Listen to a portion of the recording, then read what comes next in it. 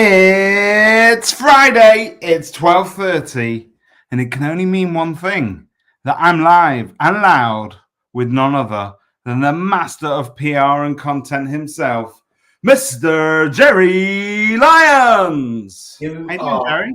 on form today. I can just tell you've got this. You're emitting this positive energy that I love. I just wish I was there with you. I'm good. It's the end of what has been a long week, let me tell you.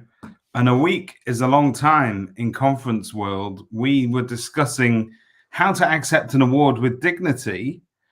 And as you well know, dignity and awards have very much been in the press this week. So as a man that is all over PR nightmares, what would you have done?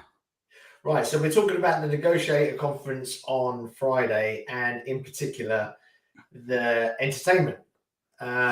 Correct, yeah. Right, so it was burlesque. I do think it was ill-advised. I do. Yeah, I think that's fair to say.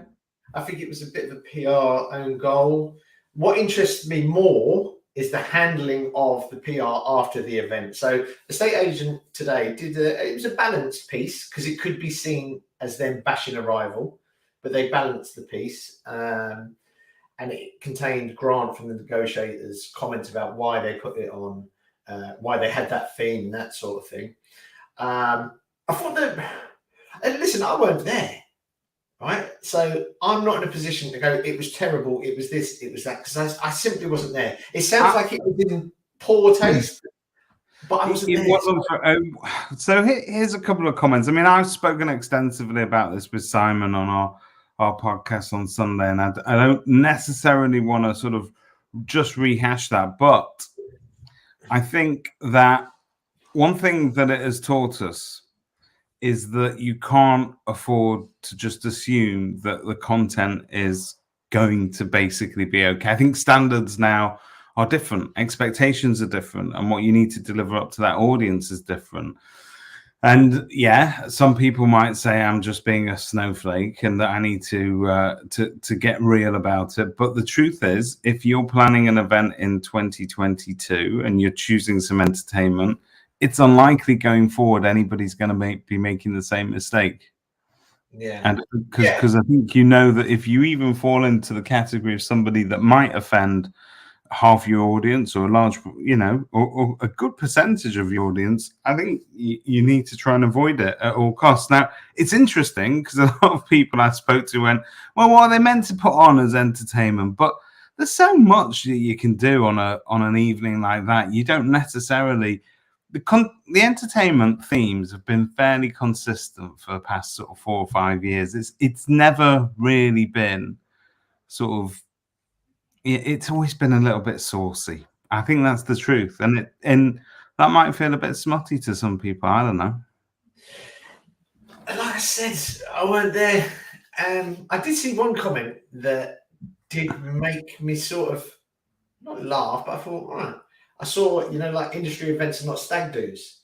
Yes, and I agree. Also, they're not hen do's. I've been to a few and listen, male and female behaviour when alcohol is involved is equally as bad, possibly. The worrying thing about this incident, right, is it's in an area where people feel so uncomfortable saying something that might be seen as contrary to the general opinion. It's interesting. And silence is the worst thing. There needs to be dialogue, not monologue. Yeah, I mean, to me, this had the potential to sort of verge onto, I suppose, what they call in the mainstream press, cancel culture, isn't it? Where you get to the point where people are that upset or offended by something that it then effectively shuts it down forevermore. And I'm not sure whether that's actually going to take place. Likely to happen, no? I think it will definitely change the format of events going forward. I think there's going to have to be really sort of long and hard sort of contemplation before going out to an audience and trying to work out as well that balance between educational content or inspirational content and just having an ease up and having a good time. Because if an event is just all about an award and having a good time, well, then that's okay. But there are events that try to sort of take a bite out of each pie, and they go for, we'll do a bit of inspiration, then we'll do some awards, and there are different tones to different awards ceremonies. That's for sure. Ultimately, people can vote with their feet and their wallets and purses. You know, if they don't like. We have a larger issue with how the chunk of the man room felt it was appropriate to be. Oh.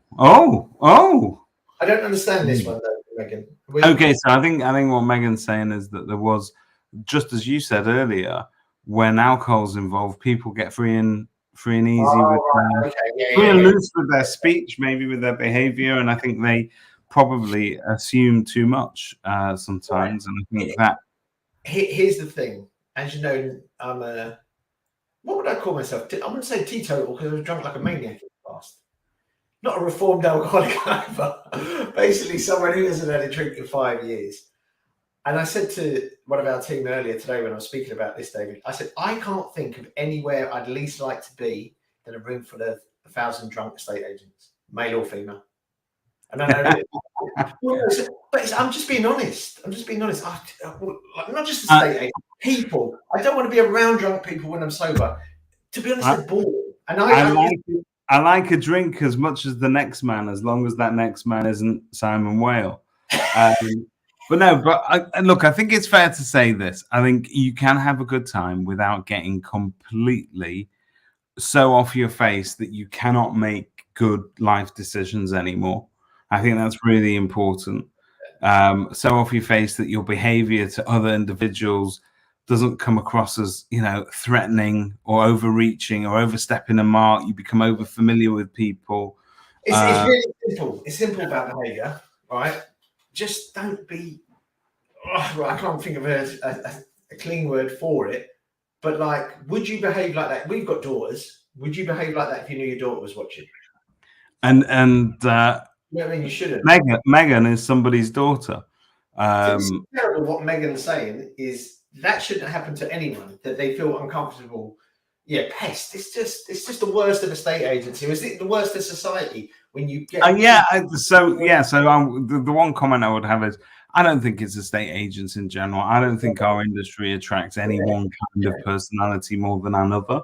I think that it's just a general comment on how we spend our downtime, and how much of a good time you have to have, and how you behave whilst that is going on. So you need to moderate it, and I think we all need to get better at looking out for one another. So if you've got a mate that's going that way, what do you do in that situation? Do you get them out of there as quickly as possible? Is it time for an early night at some point? So I think we all got responsibilities to make sure that everybody's safe, but also that everybody is behaving, or at least on their best behavior. So I think it's going to change things. I think I think people are going to think about this. And I think what's really interesting is that the women in a state agency group who have got their own conference going on in, I think it's March, I'd like to say. I think that's going to be interesting in terms of what the format of that will be, and what will be, what the tone will be, and how they strike the balance of leading with a very strong female voice and agenda, but at the same time making room for the men in the room to participate as well. So it's going to be interesting. It's a sort of a massive kind of role reversal, isn't it? Yeah, it'd be interesting. You know what? I do think good luck to them as well. What I will say as well, one thing that really struck me, maybe it's because I come from such a multicultural background, where, to be honest, where I grew up, sort of white English people were in the minority. But when I see the judging panel for the negotiators, I'm like, this does not represent the country I know. Definitely doesn't represent London or the major cities. It is the whitest lineup I've seen. And I know I've got a very good friend who's an agency owner of colour, and he says at these events he can count on one hand normally the amount of people of colour that there. We've got a real problem with the industry with that. getting people from other backgrounds in, because that's the way you get better. Not by all the same circle, having the same ideas and having the same arguments, talking the same shite. And you know what? It's not an industry thing necessarily, in as much as a state agency does not have people of color or minorities in it. No, absolutely not. There are dozens and dozens and dozens, if not hundreds, of estate agencies up and down the country that serve their local communities that have a very high percentage of sort of one particular ethnicity or background or whatever, and very often run by owners of a similar background. It's just that they're not at these awards. They've not been included. Here's two things the negs can learn from this just gone. Three things, actually, in my opinion. That's the longest shortlist in history. A journalist will laugh at that long list, at their shortlist. They will laugh. I've been in newsrooms where somebody's been saying, "Oh, look, these local businesses have been shortlisted." There's 20 businesses. That's not a shortlist. That's a long list. Yeah. So let's get that right. So that's number one. Make your shortlist a shortlist. Number two, you have to address this entertainment / women feeling uncomfortable issue. That's not right. You have to address that. Right. Number three, why not actively go out of your way and get rid of the usual suspects who seem to judge everything? I'd like to know how many of them are doing it and telling people how to do it. What's that Jay-Z line? Loads of people can tell you to do it, but they never did it. Yeah. Well, they did it so long ago, it's a different game altogether now. So I'm just getting around that. Roy Keane, content coming out, David. Actively get people of colour or people from different backgrounds, different religions, different sexualities, whatever. Get them on board. Say, look, we need to mix this up because this is the usual suspects. Right? Let's get this straight. I agree. I wholeheartedly agree with that.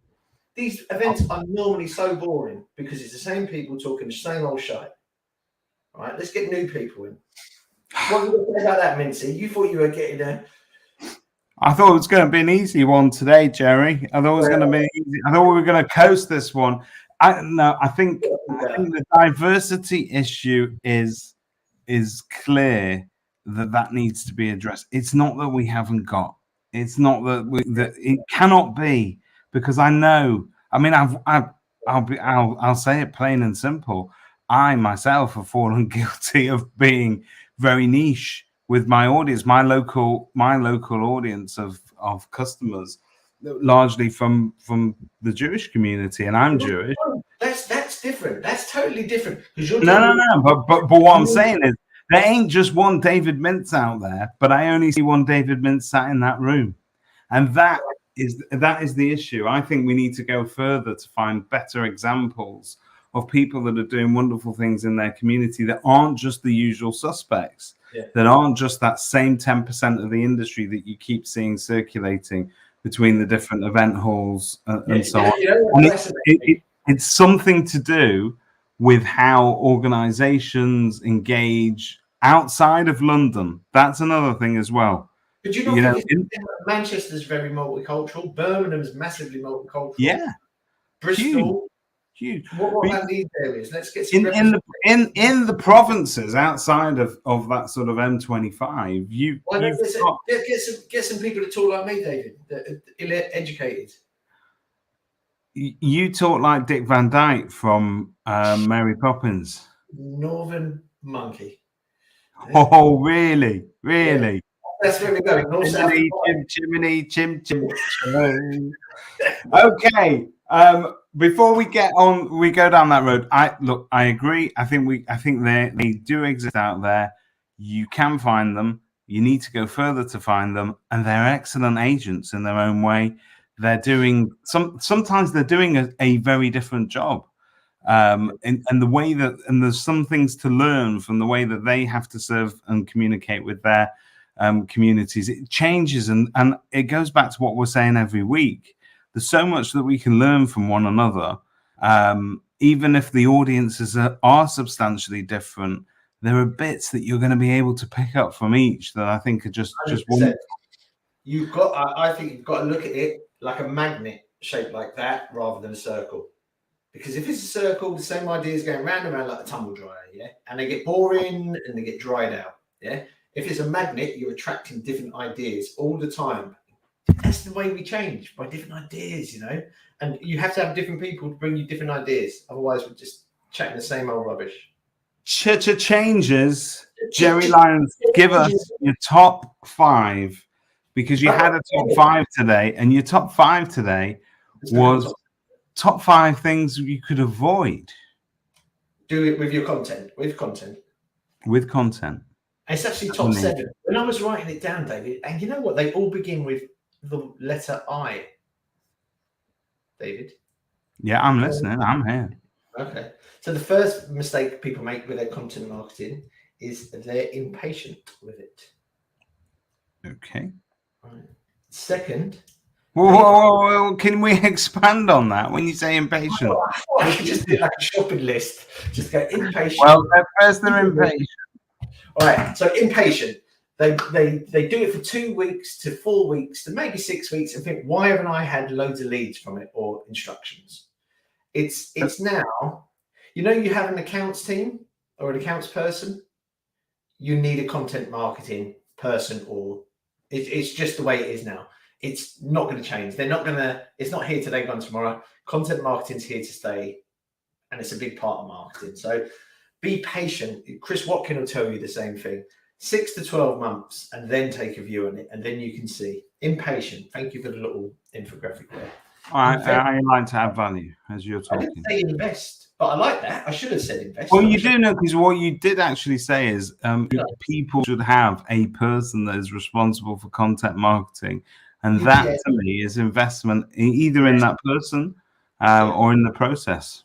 Yeah, no, thank you. Indulgent, and by that I mean I see a lot of bad content is very self-indulgent for estate agents.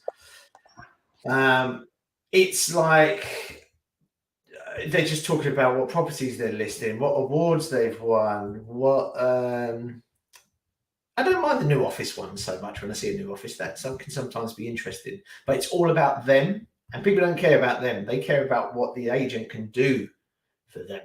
So spin the content around and make it less self-indulgent and more focused on the reader, the watcher, the listener. Not the agent. Look at this. Look at this. This is so much value. This is like a value bomb. I heard that said to the Look at that. Look at that. It's like subtitles. Are you having to go at the accent thing?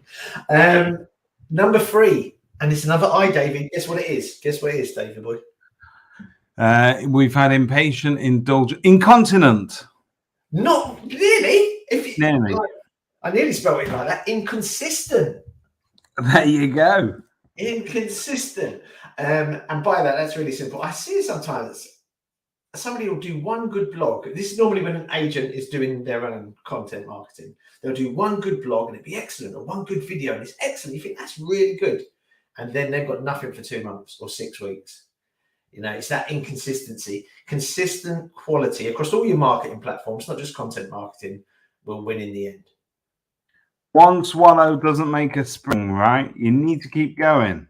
A good blog once a week, shared with your audience across multiple platforms, kills a fantastic blog that's only sent out once every 2 months. A blog a week keeps us away. So do you want to know the 4th I? Yeah, please. Invisible. Do you want me to explain? Yeah. Are you going to disappear now? It would be so magical if you just went whoosh, and then disappeared in a kind of smoke. Oh, Kaiser Soze. Invisible is on 2 fronts.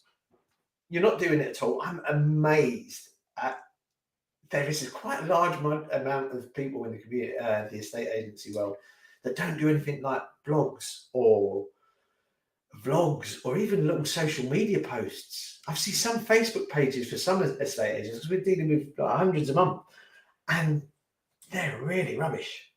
They're invisible. They're doing nothing. Right, so that's that. I'll give you another one on invisible as well. If you're invisible on video, I think you have to get on video. Well, I don't think you have to get video as part of your marketing mix now, as you do so well. As you do so well. Number 5. Go for it. Illiterate. And this one's a bit harsh, but I was running out of eyes. Yeah, I was running out of eyes. I was like a struggling optician. I was running out of eyes. Now you obviously you've got no issues with people who are genuinely, lack literacy. But what right. you're Yes. saying is, Yes. And don't even get me started on that, because we've got something coming up where somebody goes, "Oh, you can't shout and point." Listen, shut up. We've got something coming, and that's going to blow a lot of people out of the water, because we think in right. Going back to my diversity point, if anyone wants to track our Canva videos we do for our members, or our images, we make sure there's a diverse range of people there.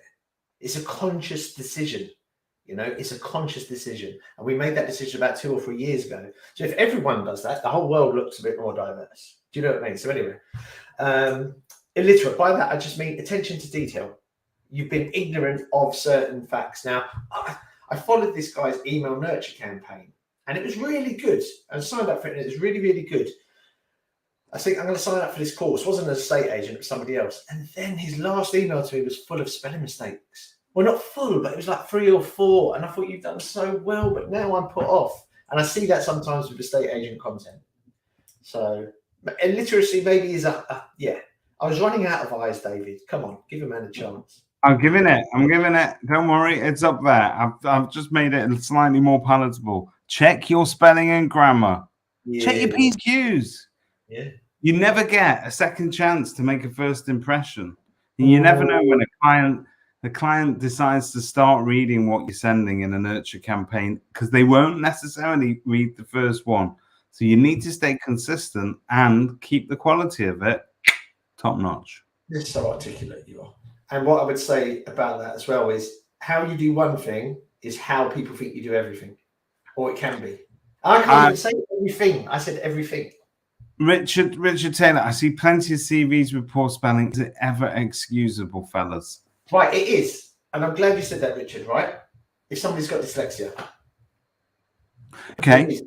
I really do think that. We've got personal experience at the moment, which has inspired this thing that we're doing that no one else is doing as estate agent content marketing. Before they do and say they are doing it, no one's doing it. We're the first to do this, And it's inspired by somebody's experience with dyslexia. And it's really, I've done a lot of research. I've done a fair bit of research into it. And I would say, if somebody says, look, I am dyslexic. And you're like straight away, like, okay, the spelling is secondary. You're not, unless you're employing them to be a writer, which you're not because it's a state agency, I think it's fine. But as long as I know that, I think if I see it's littered with spelling mistakes. I think there's a difference, isn't there, between carelessness and unavoidable mistakes that people are going to make because of something that they have to manage. And I think we need to get better at sort of being a bit more patient, because I think in the old days you would look at a CV and go, all right, they've not started it with a capital letter. That's it, in the bin. But it's not an A-levels English exam. It's not. You know what though? Estate agency fellas. I disagree with you, David. I think it's attention to detail. I'm sorry. I think it's attention to detail. But like I said, if there is someone with a genuine learning difference, that's another thing about the power of language. It's not a learning difficulty, it's a learning difference. It's just a different way of learning, see the world in different ways. So I would say for me it's excusable if they've said they've got dyslexia. If they haven't and it's littered with it, it would make me think, what else don't they care about? If they don't care about, you know what I've also seen on CVs nowadays, which I think will now disappear, and we went through this phase of you just used to send a CV in with very little personal info on about you. It all was professional. Then they kind of stepped that up. They started to do this thing that they do in Europe very often, that when they're sending CVs around, they include like a headshot as well. And then you saw sort of personal interests creeping in as well. So you get to know the person a little bit. It's interesting how these things go. The next incarnation that's probably happening as we speak in some industries is video CVs, where somebody's saying, hi, I'm John, blah, blah, blah, blah, blah, blah, worked at this agency. Do you know what I mean? I'd love a video CV. Gets rid of the spelling issue straight away. Completely. All right, give us another. What are we up to? I forgot. I'm up to 5 at least. Oh, I've got 2 more, David. Go on then. Isolated. Ooh, that's a good eye. That's going on. By that, what I mean is, I think one of the big mistakes I see with a lot of agents making is they're obsessed with Facebook for some reason. And they concentrate a lot of their efforts and a lot of, we're not getting so much feedback on Facebook. And I don't know. I'm starting to, about a year ago, I started losing interest in Facebook. And it appears other people are, because they're making redundancies, which is normally an indicator that the product or the service is, so don't isolate your efforts to one platform. Look at TikTok. Look at Facebook. I'm not saying don't look at Facebook. Look at Instagram. Look at email. That's probably the big area. Just pop that on the screen for the people watching on Facebook. But that's a good point for you guys. All of this stuff that you're doing, all this content, collate it into a weekly roundup with the best people on it, not just everyone, because some of them are a bit boring, and send it out as a weekly update. So then if somebody wants to binge, they just go click. Oh, watch this guy, click, and it's all in one email. It's all about being where the eyes are. Talking of the eyes, give me one more. What was the last one? Oh, ignorance. Okay. Ignorance is on two things. Right. And this is, I believe that if estate agents are outsourcing their content and it's from a provider who doesn't ring fence and give non-competing agency agreements to them, they're killing themselves. Because if two agents in the same town have got content, the only one that wins is the third agent who's producing fresh original content. So ignorance of area exclusivity, but also, David, ignorance of repurposing content. Okay. A good bit of content can be used over and over again. We've got some of our best performing blogs in-house, our own marketing, not for our clients, that are probably 4 years old, and we just dust them up, repurpose them, make them a bit more topical, bang, get them out there again. No one's ever gone, I remember you put that out in June 2018. No one's ever said that. So repurpose whatever content you have as well. Basically, make sure you share this video chat, David, at least 8 times over the course of the next 3 weeks. Well, I think that's really good advice for agents in general. There's a lot in there, isn't there? And you can tell with having to be with some of the sort of questions that get asked and the kind of answers that you need to give, you need to think about these things really carefully before going live with anything, because it can, just to go back to the original discussion that we've had, what you say, how you say it, how you do it, changes how it's perceived by your audience, and that can very quickly give you the reputation that you don't want. And it doesn't matter what you've done in the past, they'll only judge you by what you're putting out at the moment. Yeah, in that snapshot of time. Yeah. And then ultimately, I think there is a little, I'm not going to say that. I'm going to find Ultimately, Jerry started a sentence and just decided to give up. Yeah. You know, like, do you ever do that? You know, when you're saying something and you're finding yourself boring because you know what's coming, and you think, I'm not going to bother finishing it. I heard you trying to verbalize something there, and I could also hear, oh no, Wendy Reed is going to shout at me later for saying that, so I'm not going to say it. Wendy Reed is my partner, is far less PC than I am. She is a proper northerner. Is she? Where's she from? Doncaster. Oh, that is proper north. Yeah. She took us up there. We went to Sheffield to watch a football match in the Lionesses, and I went to Doncaster, and there was a sign, a big mural. It's always stuck with me because I thought whoever did that understands the people of this area. Because Wendy said she was tearful looking at it. She said that's this area summed up. This part of Doncaster, really rough part she's from. I forget what it's called. I said it to our Doncaster client. He was like, "Whoa," like that. You know, when somebody goes, "Whoa," yeah. Not in a good way. We're like, "Whoa," it's "Whoa," and it was love, hope, live, cope, or something like that. But it was the cope thing that Wendy said. We cope living around it. We coped with life. We didn't enjoy it. We coped with it. I thought it's so profound. 4 words. It was beautiful. Do you want another bit of beauty as well? That was Doncaster's version of live, laugh, love. Yeah, but it was something like live, hope, love, cope. It was just brilliant. Talking of North, Tom McGee's with us today. Tom McGee in the house. TMG, baby. TMG. Jerry, Tom, now that Tom's on the line, and I always like to leave people with one of your nuggets for the weekend. What are you going to leave Tom McGee with? With Tom McGee? Or just one piece of advice that people can. It could be Russell Crowe said this to a rugby team that he owns. Always look a little bit above the horizon. Very wise advice.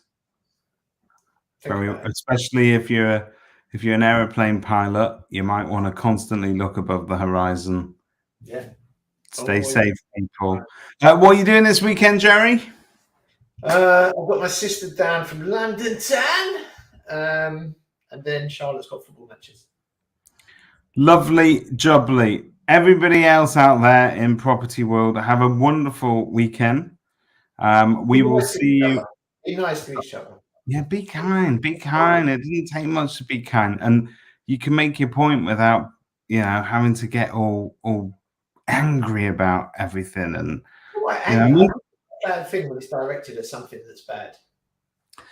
Do you know what? I'm all for anger, but you've also got to know when to leave it and move on. And what I mean that we sometimes will try and make a point and then make it again, and that does not progress a conversation any further. I think you need to make your point, make it well, and learn from it. That's David's tip for the weekend. Everybody, take care, stay out of trouble, and no burlesque dancing tonight. None of you, not a single one. I'm warning you. Bye. Take care.